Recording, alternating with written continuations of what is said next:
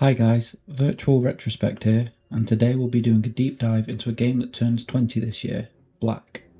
I'll be going through the game, giving my impressions on it playing all these years later, and seeing if it holds up nearly 20 years from release. If you haven't heard of Black, I'm not surprised. It is an FPS that has been widely forgotten, but when other, especially military themed FPSs have survived the test of time, such as Call of Duty or Battlefield, why did Black fall into obscurity? To give a bit of background on my experience with the title before making this video, I bought Black when I was younger for the PlayStation 2. I remember the box art just really sticking out to me and having to grab it. I never played much, one or two missions at best, but always wanted to go back to it, hence this video. So, to give some brief background to Black, Black is an FPS that was developed by a UK developer, Criterion Games, probably best known for their work on the Burnout series, so quite a shift in style when switching from a racing game to FPS to say the least. The game was published by EA, and whilst I cannot find a concrete development time for the game, given it was released only 5 months after Criterion's last game, Burnout Legends, even with the team possibly working on it alongside, I can't imagine they had the ideal amount of time to develop this game. So, without further ado, let's get into our deep dive of this game. We'll be reviewing the original Xbox version of the game using Xbox's backwards compatibility. As always, please remember, these are just my personal opinions of playing through this game. When booting up Black, you're welcome with the EA logo. You know, back when seeing the EA logo meant you were getting a quality product rather than how it makes us feel now. And the Criterion logo with a backdrop of military comms chatter, which to be honest, and I know other people have said this, reminds me of the original Modern Warfare. Maybe a video for another day. Then shows simply the main title and an AK-47 simply being fired relentlessly. Talk about way to make an entrance. I find this really awesome because it's like the game is making the point of saying, this is what you are getting, a non-stop action-packed shooter. If this isn't what you're after, then leave now. We are then simply presented with a black screen of text in the corner, providing us with just some of the names behind what we are about to experience, such as names behind the music score, live action, visual effects, etc. I really have to say the score that's playing for this simple, small credit sequence is fantastic and makes you feel like you're about to enter a Hollywood cinematic experience, which is fitting with it being performed by the actual Hollywood Studio Symphony Orchestra. After this, we see a montage of what look to be damning military news reports and explosions mixed amongst other military sequences. Then, the menu hits you. At this point, I was like, wait, this is just an introduction for the main menu? Well, what an introduction. Just to add on to that, I barely see any games nowadays, especially military games, have scores as powerful as that. And for an introduction no less, 10 out of 10. We're then presented with a very simple menu with two choices, go to the options or start game. No store or anything like that, very quick to the point. Going back to these older games with the simple menus makes me realise how you can even miss just little things like that. Nevertheless, we start the game.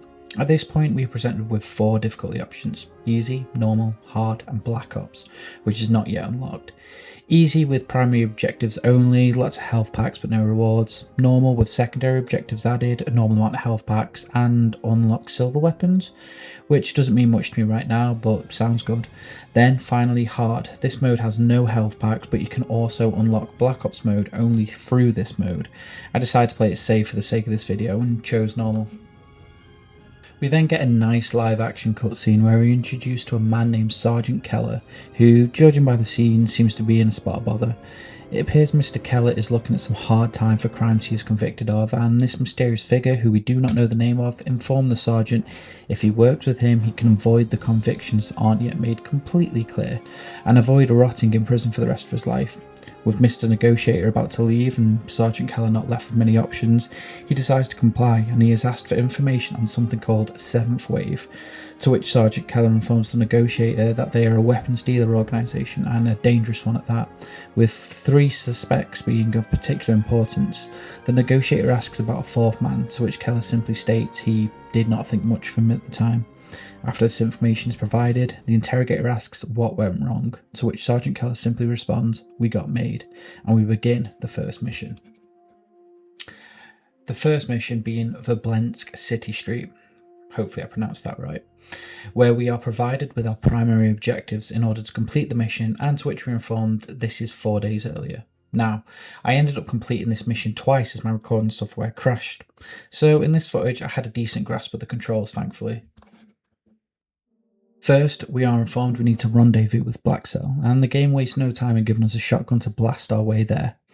Gunning down the door to make matters even better, we are provided with an AK-47, to which I promptly swapped the pistol for, and we picked up a health pack, to which I noticed the minimalist HUD with a health bar on the left and ammo count on the right, complete with grenade count. I love the minimalist HUD, though I did find it odd that our health bar was, well, bullets. Nevertheless, we continue through the streets to meet Black Cell.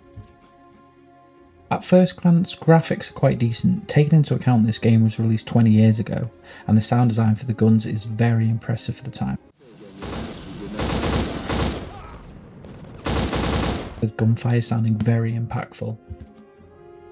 In terms of actual gameplay, there is no aiming down sights as such, more of a zoom in mechanic, which I don't mind, as FPS ADS, aim down sights that is, whilst it was certainly a thing in 2006, wasn't quite as much of a staple as it is for FPSs today. The guns handle well when in gunfights with enough recoil but not too much, and with a brilliant sound design, they're pretty fun when firing. I have to say, I also love how proud they were of the gun detail and reload animation, that they blur out the entire background when reloading, as to make sure it has all your attention. It can be a bit distracting when in the midst of a gunfight, but the animation is over quickly, and it does make you appreciate the gun models, so I didn't mind too much. With us rendezvousing with Black Cell, we take over a few more waves of enemies, where I also encounter my first secondary objective, which in this case was destroying details of Operation Extraordinary Rendition. For the purpose of this video, I'm not going to be searching the maps for the secondary objectives, but I'll definitely take care of any along the way. Then, the museum doors get blown open, and we are tasked with our second primary objective, to assault the museum. Whilst taking care of the masked gunman inside the least decorated museum room I've ever seen, to be frank, I encounter another secondary objective, obtaining details to the NSA Echelon system, alongside recovering Professor Janek's black box. You know, I think they could really protect these intel and files better. Moving on through our newly created hole in the museum wall, we presented with a conveniently placed RPG, which I took great joy in firing directly at the weapon full of goons firing at us.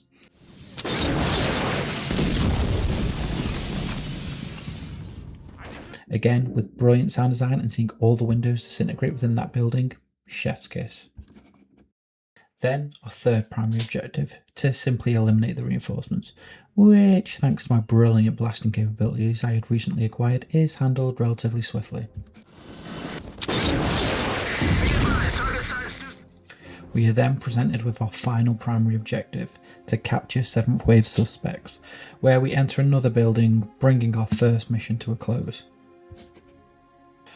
Where I see I have completed my mission, which in Black is not just by getting from the start line to the finish line. You will actually fail the mission if you do not complete enough secondary objectives, and the game will actually force you to go down in difficulty, which, thanks to the abundance of ammo and health packs dropped by defeated enemies, I can't imagine the game being any easier. Maybe I'll be proved wrong, but with enough secondary objectives completed, I unlock the second mission on normal difficulty. That second mission being Treneska Border Crossing. In reflection of the first mission and our introduction to Black, I really enjoy the classic game design of gunplay and action first, everything else second. From things such as firing RPGs at buildings and watching the many windows of said buildings shattering in unison, to having a gunfight, finding cover behind a car, resulting in the car not just being visibly destroyed, but jolting around also from the impact. It really helps the guns to feel, like I mentioned earlier, very impactful and weighty. Before starting this mission, we are presented to another live action cutscene, back with the Interrogator and Sergeant Keller, where a bit more light is shined on this mysterious fourth man of 7th wave mentioned earlier. We learnt that while Sergeant Keller was searching and making sure the building was clear, they got the drop on him, to which the Interrogator quite rightly asks, "Why were you not shot?" To which we are informed this mysterious figure was American also. The Interrogator does inquire to what was said, but unfortunately our protagonist cannot remember on account of an RPG being fired at the building, cutting their meeting short.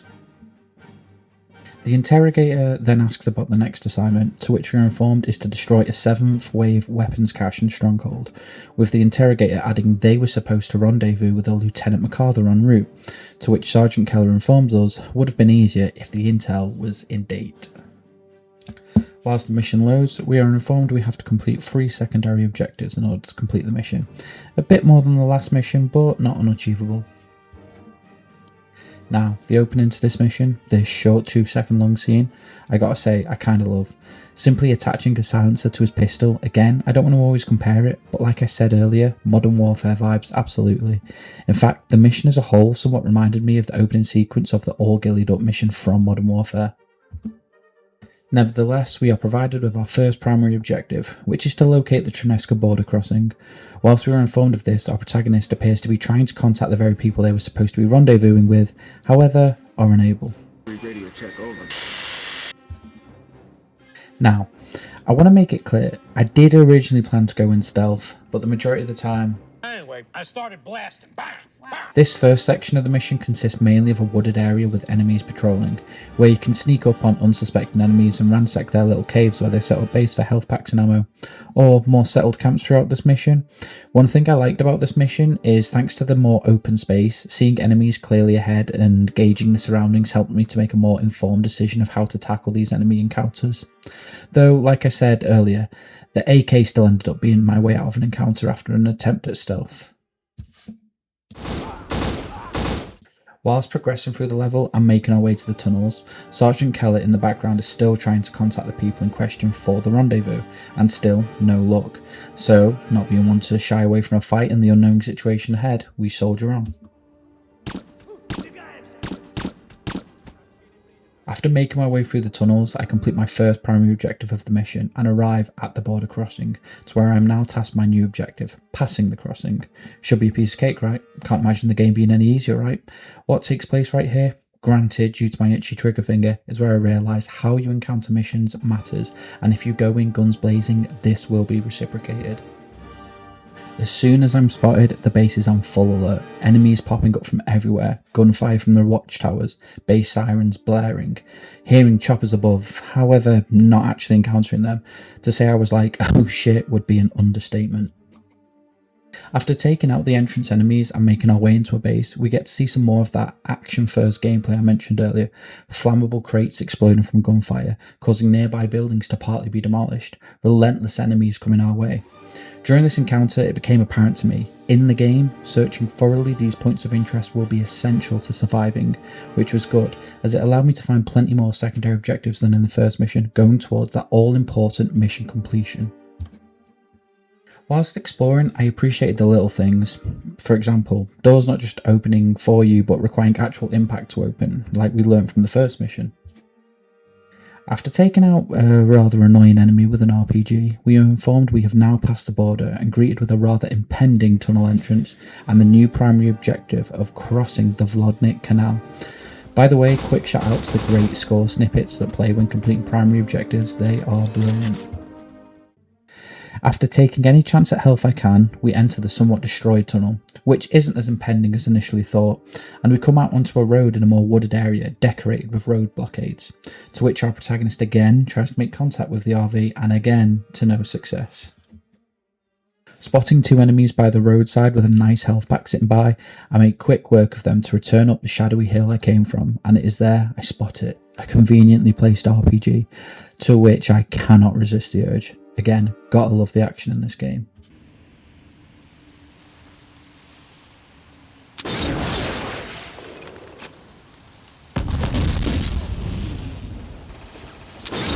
is 3, I'm taking out hard targets in the area. This is 3, I have heavy forces defending blockhouse, over.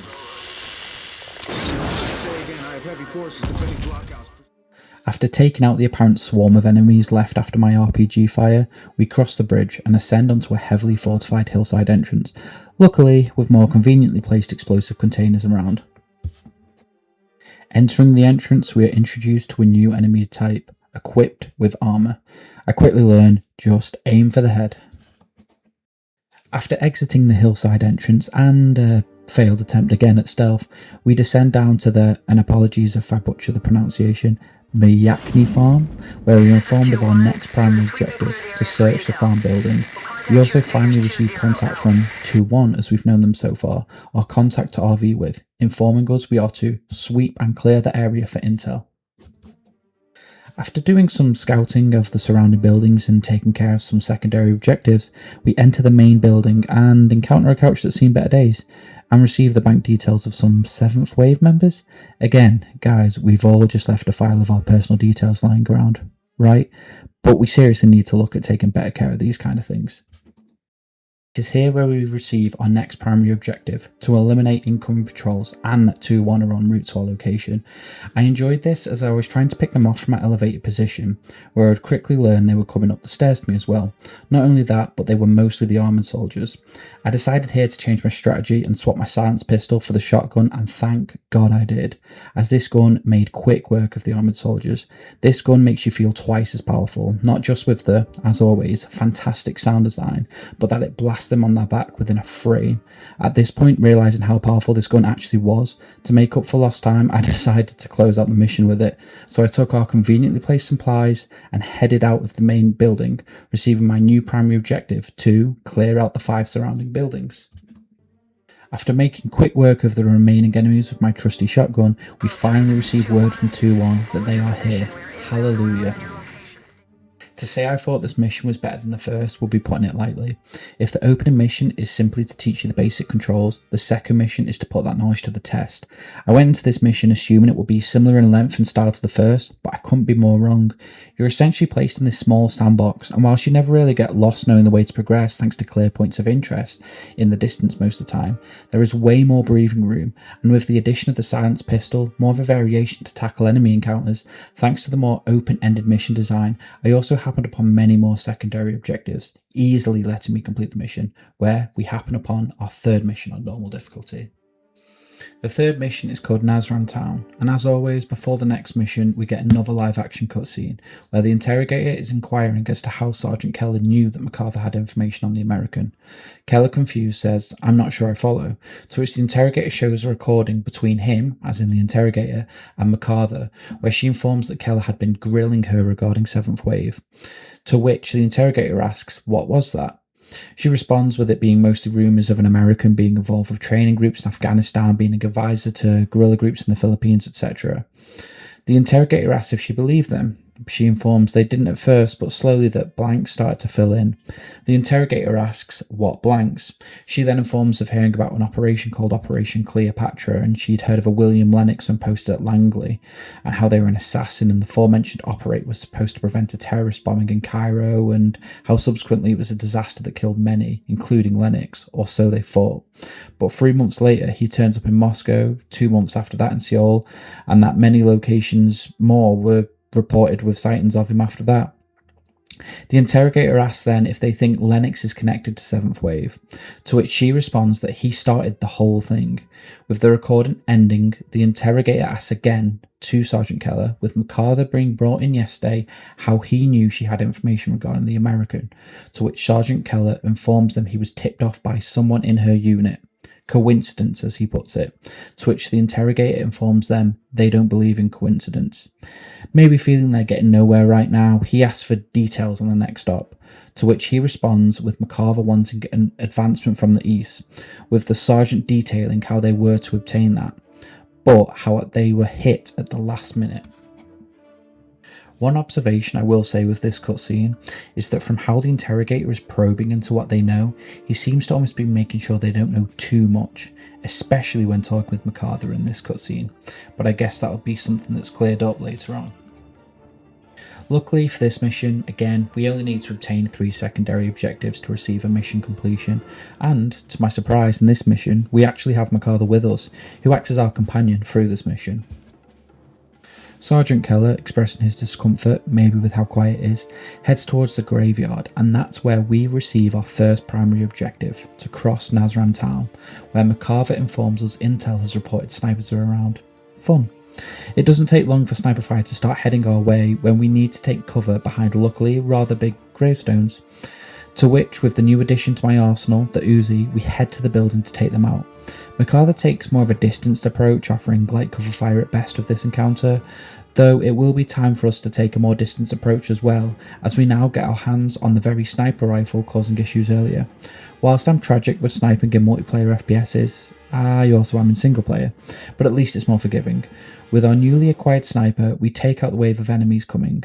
When getting more close and personal, we run into more armoured enemies. With the Uzi seeming a bit ill-equipped to deal with these enemies efficiently, I decide to swap it for our trusty shotgun. Making our way through the first part of the graveyard, we are then informed of our next primary objective, to take sniper positions. Not being a patient man, I decide to shoot first and ask questions later. I have to give another shout out to the environmental destruction again here. Seeing bits of the bridge flying off from gunfire really helps with the realism. Maybe that's a small thing by today's standards, but in 2006 you really didn't see environmental destruction often. But, as evidenced earlier, one of this game's strong suits is how they paid attention to how your gameplay affects the environment, helping with that action-first experience mentioned. Now, at this point, I actually went through the rest of the mission, and my recording software didn't save. So I repeated the mission. One thing I learned from my first run through is sniper ammo can sometimes be scarce, and I can equip a silencer to my Uzi as well. So I decided to start being more conservative with my sniper usage, and I kept my Uzi. With the addition of bugged audio, unfortunately, so I will try to show audio less here. But moving on, we head further into the second part of the graveyard, and one thing I liked regarding having Macarva with us is she doesn't just provide us with covering fire, she will actually advise how to tackle certain situations, whether that's throwing a grenade into a building or taking out enemies with sniper fire, which I thought was a neat detail. Moving into our first sniper position, I decided to use this vantage to take the enemies out in the opposing tower, and whilst this sniper can sometimes feel a bit clunky with the lack of speed regarding gaming, I have to say it's still satisfying picking off those enemies with them well placed shots, and as always, the brilliant sound design. Reaching our second sniper position, we make quick work of the oncoming reinforcements, when I can aim properly. With us completing our primary objective of repelling said enemy reinforcements, we make our way out of the graveyard for a building in desperate require of some repair. Heading through some narrow tunnels brings us out into our last point of interest in this mission, featuring a completely different environment with dug up trenches, makeshift camps and barbed wire galore. Making our way through said trenches, we receive our new primary objective to cross Sniper Alley. Now, snipers, as you'll see, are not my issues in this part of the mission. With the onslaught of gunfire, I decide to strong arm it and rush the trenches. With this part of the mission, you really have to be quick on your feet, as due to the amount of gunfire from the surrounding buildings, there is no time to stop, so you need to navigate the trenches all whilst taking out enemies in your path. This is probably the most tense part of this mission, made all the more tense with how it felt like everyone and their nan had an RPG. Ignoring the conveniently placed RPGs, summarising to myself that keeping the sniper would be more useful, we weave our way through more trenches, taking out RPGs from their vantage points. We make our way up onto a road crossing, and I gotta say, this point here, this is a pain with the RPGs, though I think I handled it better going through it a second time. Running out of ammo for the Uzi, I decided to take the trusty AK once again and push forward. The biggest pain with this part of the mission is not the enemies descending on us, but the random RPG equipped enemies that will appear in any of the several surrounding buildings. Like I said though, playing through this mission once, I felt better equipped with taking these RPGs out this time around. Shout out to the OTT explosions as well, making damn sure I know I took said enemies out.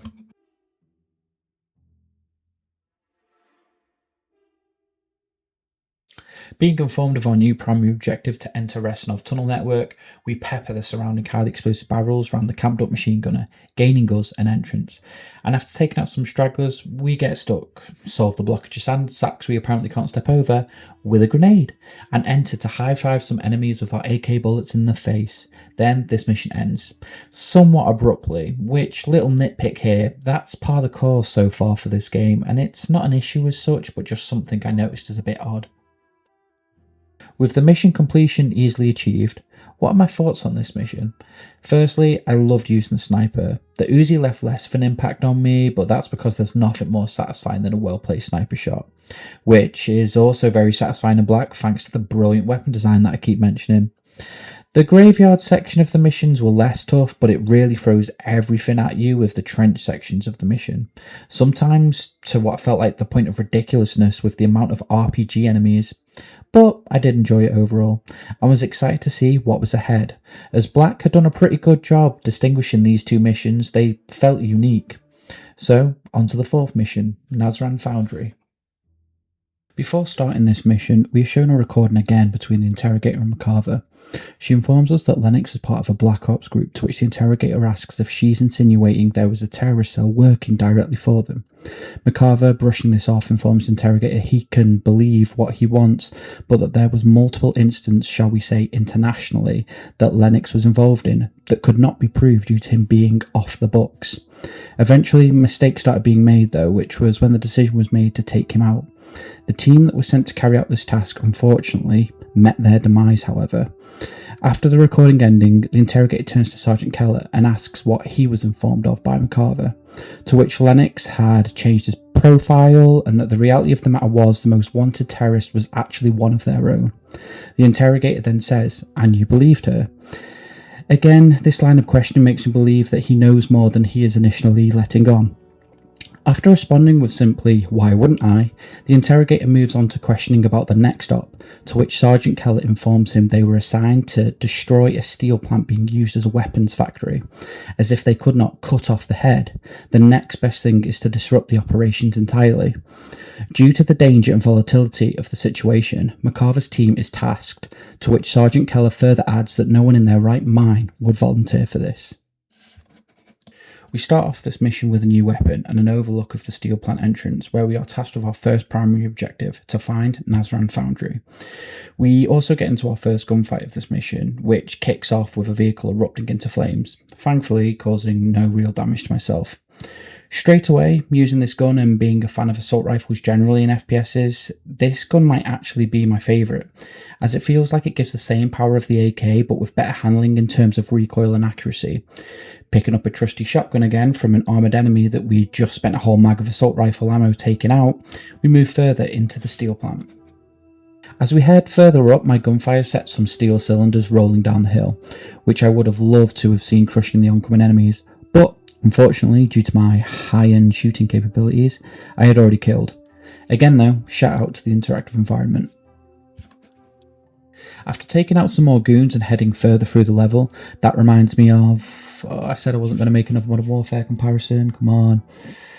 We make our way to the next lot of enemies, except this time with the added addition of mines, with the new primary objective to navigate through said minefield.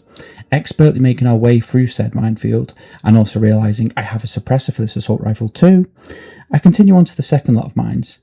A thing to note around this section is it definitely adds to the tension due to the fact that these mines are pretty powerful, and if they're close enough to other mines, a chain reaction takes place where others in close proximity will also explode, easily taking you out. But they're also really fun to set off yourself. Making our way through the minefields, we come up against some enemies patrolling a bridge that take little to no time to spot me. Again, paying attention to the little details, I like how in certain gunfights when an enemy is taken out, there's scripted death animations, as seen here. For example, such as an enemy falling from the bridge and this enemy that is simply slumped against the barrier once defeated. It's a nice bit of detail rather than just using the same death animations for every enemy. Once done with this gunfight, we make our way to some boxes blocking the path forward. That we do a Houdini on with a grenade. Proceeding on and collecting some supplies en route, we come out to the other end where McCarver informs us she will now be providing sniper support. Hostiles advancing on your location. I will provide sniper overwatch on your advance.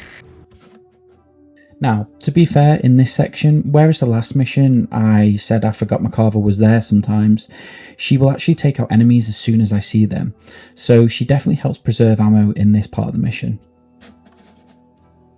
Making our way through a section of the factory where we blow up doors for secondary objectives and enemies for, well, fun, we come out to the other side and almost immediately begin gunfights around tankers, which I only hope are not flammable. McCarver informs us she cannot cover us at this section due to limited view, so we are on our own, but not for long, as after making our way around she notifies us of her support being available again. After taking out some more enemies with the sniper support of McCarver of course, we come out to a part where we find an RPG and an enemy firing an RPG. Now just watch this and tell me this doesn't put a smile on your face.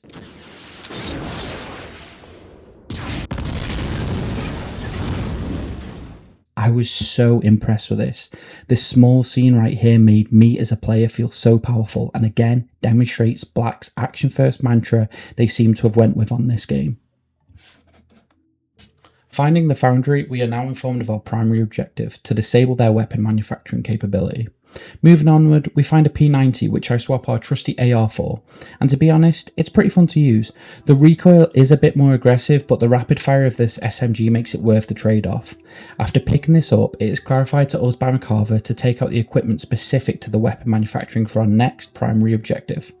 Clearing the room of enemies and taking out the 4 pieces of equipment as well as some more secondary objectives, we make our way to the final section of the mission and are informed of our next primary objective, to destroy metal smelter control panels. After being confused what are the control panels and then taking out said control panels, we are informed of our next primary objective, to RV with Solomon at the foundry entrance. We make quick work of the enemy reinforcements that arrive and complete the mission. In reflection of this mission, I definitely preferred it over the previous. I felt like there was a bit more of a variety of weaponry to use, and the tanker exploding was definitely a highlight.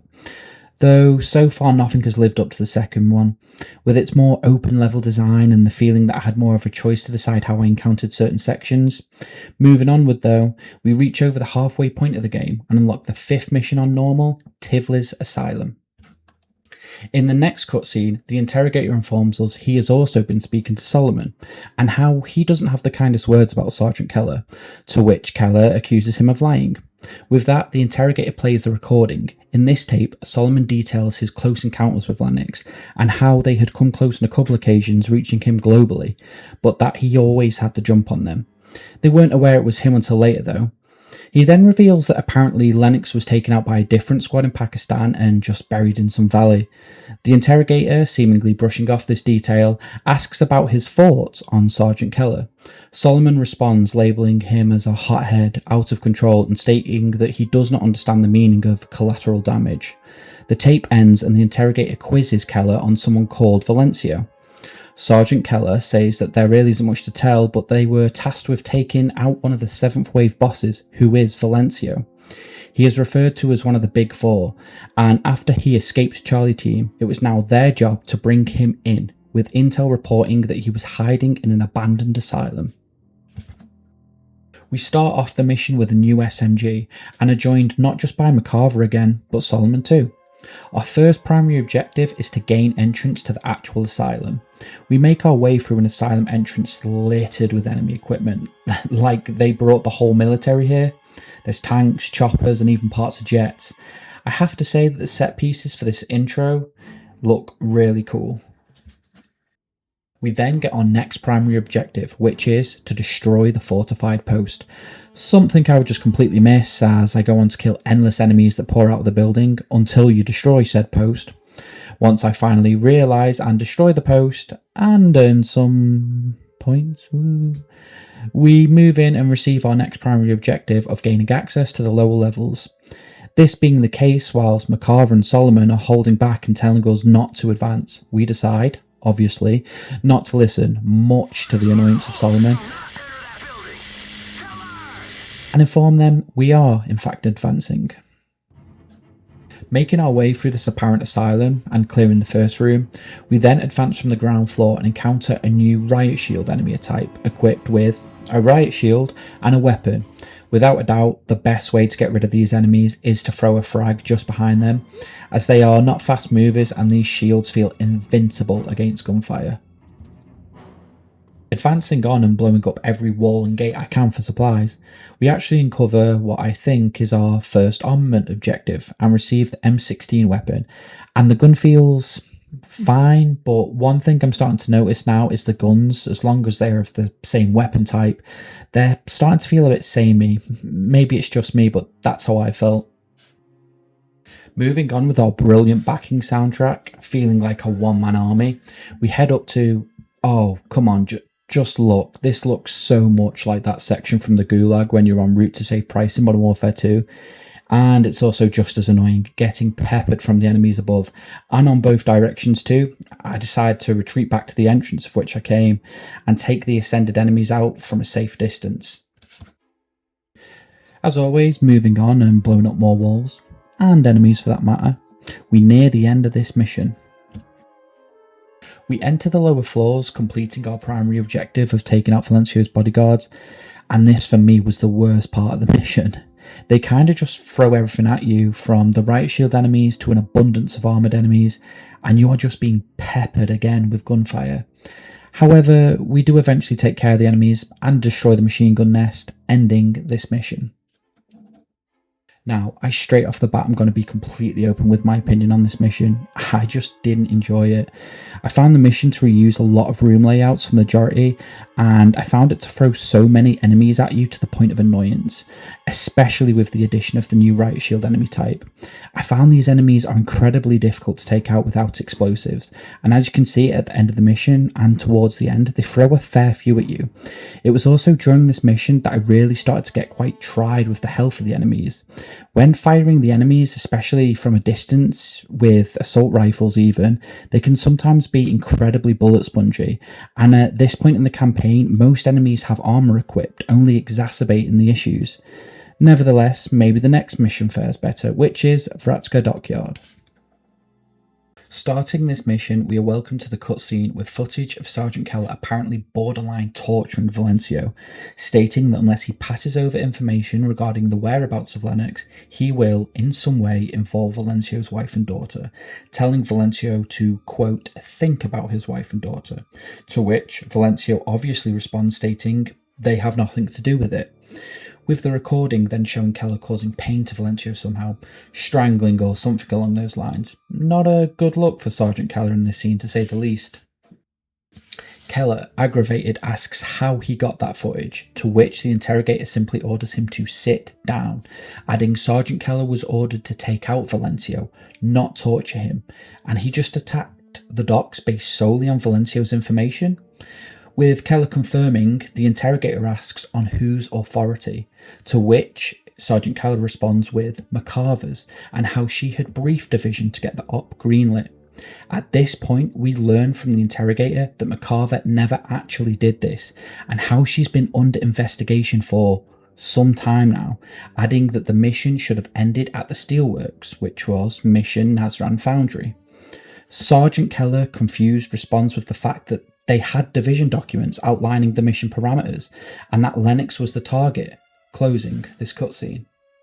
We start with our primary objective, to RV with the 2nd Black Team.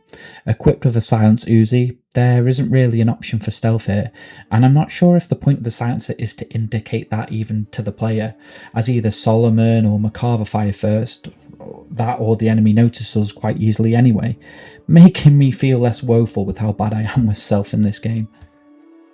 Taking out the enemies, we move into the first dock, and not much of substance happens here apart from the usual trail of death that we create. Moving around, we encounter enemies from ascended positions trying to snipe us. Luckily, there is a secret armament sniper nearby, allowing us to make quick work with the help from the propane tanks conveniently next to the enemy. Moving on, the new shotgun we have becomes my best friend due to, I'll be honest, me somewhat becoming fed up of the bullet sponge enemies. The second dock is really a copy and paste of the first, as, well, how different can you make a dock? Except with the addition of a massive boat in the middle, which you can actually fight under and around, which is quite cool. With this mission, there are many enemies that are not just close range, but placed high above us, whether that's from the boat or simply from a lookout. Whilst the shotgun was my best friend for this, if I found a sniper, I knew I definitely had to take use of it. Moving through a building to our next location in the dockyard, picking up an M249 LMG on the way and silently meleeing an enemy for it to apparently alert every enemy.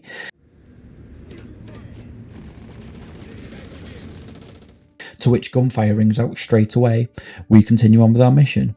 I quickly get to using the LMG, and this feels like a weapon with some real kick, which I was starting to feel like the ARs and SMGs were definitely lacking. The gunfire sounds deep and heavy. Thankfully, with the larger mag, I can take out many more enemies without the need to reload constantly. Once past this section, we hear very briefly comms from the 2nd Black Team. and they don't sound in the best position. At this point, we are tasked with eliminating the oncoming ambush, and suddenly an onslaught of enemies come from a building that assumingly will allow us to progress forward once we move through. Being equipped with an LMG and shotgun, I feel well prepared, so I take a lead, and I'll admit, I might have become a bit cocky here as I very nearly get dropped multiple times. However, luckily by the skin of our teeth and remembering there was some, knowing me, much needed health packs behind me, we progress through the building, again hearing from the second black team, and whilst alive are definitely needing support. Bravo team, under heavy fire. We're taking casualties. Heading through the last leg of the mission, again just by the skin of our teeth, we reach a port completely set ablaze and witness what I think is the first in-game cutscene. We see the second black team. Bravo have not made it. This cutscene, while short and relying completely on what we're seeing with no dialogue, I liked, complemented by the always brilliant emotive soundtrack.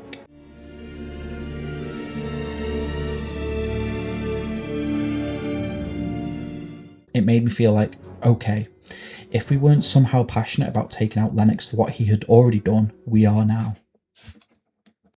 Whilst this mission didn't really do much in terms of challenging how we play, with that ending I was excited to see what laid ahead and how this story would actually be wrapped up. Well, with that mission ending, we move on to the next one, Grasney Bridge. We witness a brief cutscene between the interrogator and Sergeant Keller, where he informs the interrogator after the loss of the team we witnessed at the end of the last mission, they decided to proceed on for Lennox. The interrogator questions the team's commitment to this mission, stating Solomon wanted out, to which Sergeant Keller responds, he didn't take much convincing. With Sergeant Keller making it clear Lennox needed to be stopped, the cutscene closes with the interrogator inquiring about the plan. This mission is probably the least eventful, at least mission design wise anyway, taking place entirely on a bridge, who would have thought?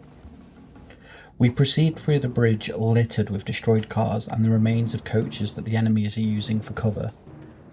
I found the grenade launcher best to use when they were seeking cover behind said coaches, as it seemed to have a pretty sizable blast radius.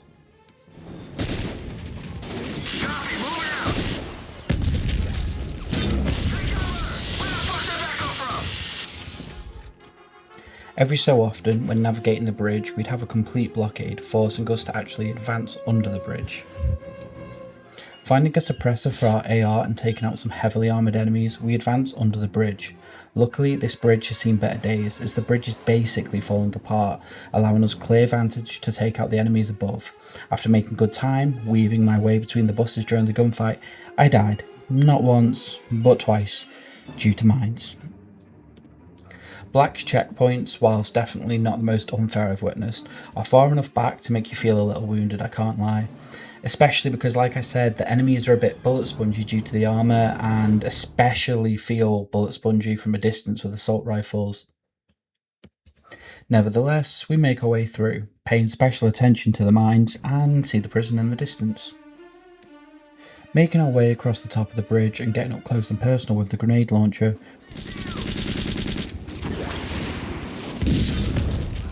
we see the gate. Making sure to take out the last few mines before the entrance, we take out our final barrier to the prison. Making great use of the RPG we've acquired, we take out the enemies with ease, destroying the door and entering what will be the culmination of this mission. After completing this mission, my main feeling now was just excitement. To see the conclusion of the story, it felt like we were on this constant chase for Lennox, and I'm always just being that one step ahead, helping to avoid being taken out. And especially after the ending of Rotska Dockyard, he well and truly deserved it. I was also excited to have hopefully my other questions answered. Does the interrogator know more than he's letting on, like I had thought? Why is McCarver going rogue, not getting authorization from the chain of command to carry out certain missions? Can Solomon be trusted? After all, we were informed earlier he had some choice words when describing us and clearly did not agree with all our decisions. The last mission is Spetroniv Gulag, and I'm quite surprised it's the last mission, though the cutscene is the shortest. No big build up to the final showdown, just a brief cutscene of Sergeant Keller basically stating how close he was to getting Lennox. We start off walking through what I thought was going to be a gulag, but looks like a destroyed city backdrop, One thing I will give the opening of this mission though is it is a bit more open in terms of what we can do, just like the second mission. There's multiple building interiors we can enter and explore, not just for ammo and health packs, but those all important secondary objectives, which, addressing that point again of having to collect a certain number of secondary objectives in order to get a mission completion, whilst at first I wasn't the biggest fan, it is very achievable, even if you do the bare minimum of inspecting the level surroundings, at least on normal, and if you're me, you'll need all those health packs you can find around the levels. The opening section of this mission does succeed in giving me the feeling I would expect of this final mission at least. This bloodthirsty one-man army descending onto this fortified building, blowing up everything in his wake. It feels quite good, and the game does a good job in making you feel unstoppable in sections like this. Once entering the building, we alert the team that we have located the bunker entrance, and it starts to feel a bit more like what you'd expect of your typical gulag, complete with many cells and dilapidated conditions. The deeper we get, Sergeant Keller makes us aware that his comms can no longer pick up signal by trying to contact McCarver. Advancing below ground. Radio is becoming broken and unclear. We'll update as needed. Over. Did you copy my last? Over. Nothing heard. Out. We are truly in the belly of the beast at this point, and just after it, we receive the primary objective we've been waiting for: hunt down 7th wave suspect Lennox. With this mission, the game makes the point of placing certain weapons in certain locations where we are absolutely expected to use them, as there is always an RPG right round the corner from a gunner point, and, as always, it's satisfying as hell to blow them to bits, so no complaints from me. We continue down to a room filled to the brim with enemies, and after taking care of them with a shotgun, which I've come to fully realise is OP at this point, we descend further down a tunnel, one step closer to Lennox. We make our way through a cave-like environment, complete with what look to be engines and such, and I'm feeling pretty good at this point, I can't lie. I'm rocking an LMG and shotgun, I've got plenty of health packs, I'm making quick work of the enemies. I spot an RPG, realising in this mission when you see an RPG you'll need to use it soon, I pick it up and fire it into the gunner point. Going right through the peephole, it explodes right behind them, somehow does not kill them, and I am taken down. I am gutted. Like I said earlier, Black's checkpoints, whilst of course not the most unfair, it does put me about a third at least of the mission back, so it's cemented in my brain at this point when heading back up, make sure I explode the gunner hole. Being thankfully successful this time around, we make our way down to another tunnel, to what I would come to realise is the finale of this mission, and it's pretty tough. It throws so many enemies at you to the point that, well, yes, I die, but beside that, I started to genuinely wonder, do I need to trigger something for this mission to progress? Finding cover to the sides of the gunner points and just trying my damnedest to keep on top of the enemy waves, the gun points open up again, and I realise the game requires you quite often to explode gun points in order to progress, which I do, and well, watch this.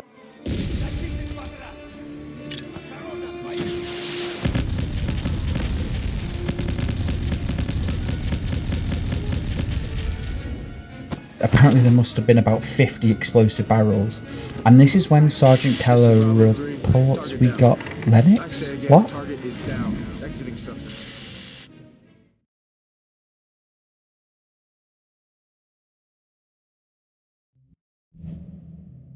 Lennox is dead. I killed him. You know what he said to me the first time we met? He said, "Don't trust them." I don't believe in coincidences either. They were right about you, Keller. Right about what? Your predictability. You did everything the psychologist said you'd do. What the fuck is going on here? Lennox is not dead. He's very much alive. And thanks to the mess you created, we can hunt him down without Congress breathing down our necks. You have untied our hands. What are you talking about? You're right. Nothing is a coincidence, Sergeant Keller. I am going to destroy William Lennox, and you are going to help me. What about the charges? My trial? You will die in a fiery crash on your way to the hearing. As far as anyone is concerned, this fiasco will end with your death. You made it through, Sergeant. You crossed the finish line. A while back, you said you wanted to kill Lennox so bad you could taste it. Can you still taste it, Sergeant Keller? Yes. Then let us begin.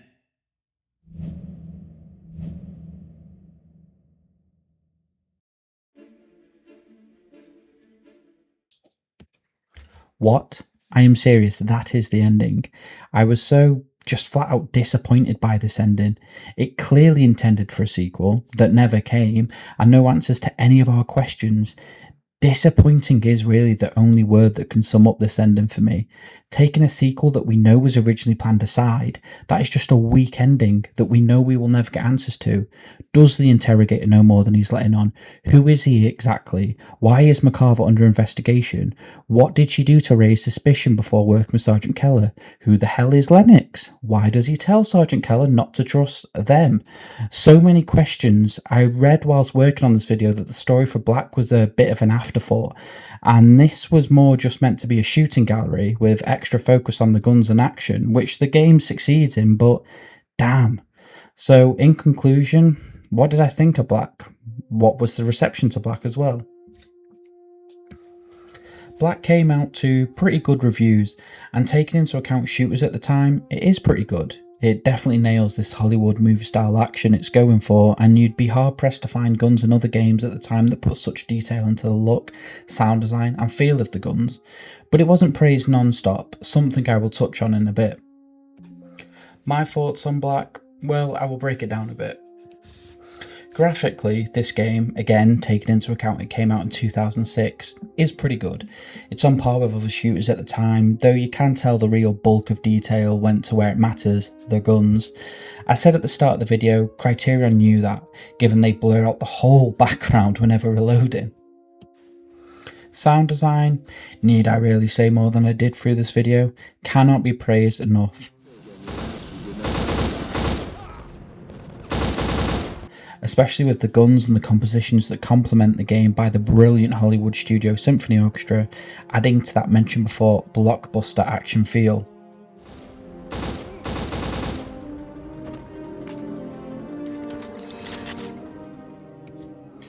Now, gameplay wise, for the most part it was good. It was a simple, by-the-book shooter, which again is on par for the time. I don't feel like it did what Criterion originally intended for, with them saying, quote, "Do for shooting what Burnout did for racing, tear it apart." Now if that means tearing apart the formula for shooters, I was going to say I don't feel like they quite achieved that. I mean hell, Halo had done what Black had done here, albeit a different environment 5 years earlier. Call of Duty had the debatably best first person shooter gameplay at the time back from their first entry in 2004. But whilst playing this game, I realised that a lot of this game set in an atmosphere, and I'll be surprised if it didn't, had some inspiration on Modern Warfare, what came out the following year. Was there a military game like this at the time? This covert ops, one-man army, blurred lines of right and wrong military shooter? I don't know if there was, and not like this. Now, I could be wrong, but it's something I definitely felt whilst playing through this. The gameplay was definitely simple, but I think it was always intended to be. It's a very straight action first, everything else second. And when you see things like an exploding tanker, buildings slowly falling apart from surrounding explosions, or a car dancing around from the amount of gunfire it's being peppered with, it is a fun time. As mentioned during the last mission, the secondary objectives, whilst at first I wasn't sure on the idea of a certain amount of secondary objectives being collected, being compulsory in order to gain a mission completion, was ultimately fine. It gave you something else to focus on during the gunfights, and you found plenty while searching the levels for supplies. The only thing I would say with the secondary objectives is, if it would detail what you collected, and I remember thinking, damn, I would really like it if there was like an intel page having a fleshed out description of what certain collected secondary objectives were. Now, onto the cons. My biggest gripe was probably the enemy health. Lord, the assault rifles and SMGs especially felt like pea shooters after a while. Later on, every enemy had differing amounts of armour, and it felt like you'd be putting nearly a magazine into per enemy. And I'm a guy that really appreciates ARs in games, but later on, the shotgun just seemed like the quickest way forward, especially for that last leg of the game. I also, and I get, today the servers would most likely be dead, but this game felt like a no-brainer to have a multiplayer component, and this is what I was referring to before when I said the game wasn't just non-stop praise. All reviews at the time said it. This game, with the addition of multiplayer, might have gave it a whole new lease of life. The future of the IP may have panned out different. The only replay value here is to replay the missions to obtain the collectibles, to which I'm assuming once all are collected unlocks Black Ops difficulty, which to anyone that managed to do that, I salute you, I can only imagine. If I had to give it a rating today, as a shooter campaign to play, in my personal opinion, I'd probably say, and I'm sorry any die-hard fans of this game, probably be a 6 out of 10. Do I think you should play this game today? I think if you want to see what I feel is one of the origins of modern milsim shooter campaigns, why not? It's not too long and there is some fun to have here. It just feels like the latter half of the game suffers from bullet spongy enemies that can start to get tedious. That being said, there is classic milsim games that have taken Black's formula and done it better, Classic COD being the main title there. But that brings me to an end. Whilst my score might be seen as a bit harsh, Black isn't often mentioned as a shooter on the same pedestal as Call of Duty or Battlefield, and I'll be honest, I feel that's not completely fair. Black had heart behind it, definitely. You can feel that when playing, and I think the reason it has a rush story and lack of multiplayer is because, what I'd assume, is EA pushed for Criterion to release it ASAP. It absolutely feels like that. Remember, this game came out 5 months after their previous title. I highly doubt they were given enough time to implement everything they wanted to, and given more time, I have no doubt a multiplayer would have been implemented. I think Black absolutely deserves a spot on the wall of shooters that shaped what would come later, and more often it should be referenced when certain shooters are looked to as influential. Alas, it's been 20 years, and it is a bit sad we'll never get the answers to the game story, at least to questions I had whilst playing that story. And given more time, who knows, the future of Black might have panned out different, so if I could leave with one thing, I'd say, if for nothing, play Black and see if you feel the same way I do in terms of how it impacted shooters. There's some fun to have there, and it deserves the attention. That's it from me, guys. As always, remember, this is just my opinion, and if you disagree or even agree, let me know below. As always, thanks for watching, subscribe if you liked what you saw, and I'll see you next time.